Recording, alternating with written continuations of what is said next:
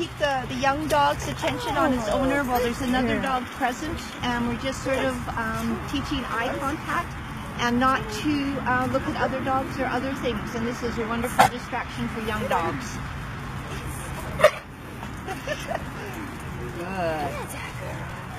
Oh, very exciting over here, isn't it? Good. Great. Really good. Okay, you walk around us. Sit. Good. Good. Sit. True now.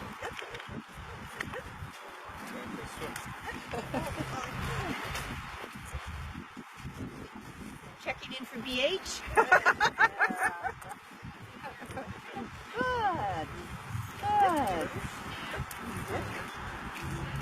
Nope. Good. Good. Really good.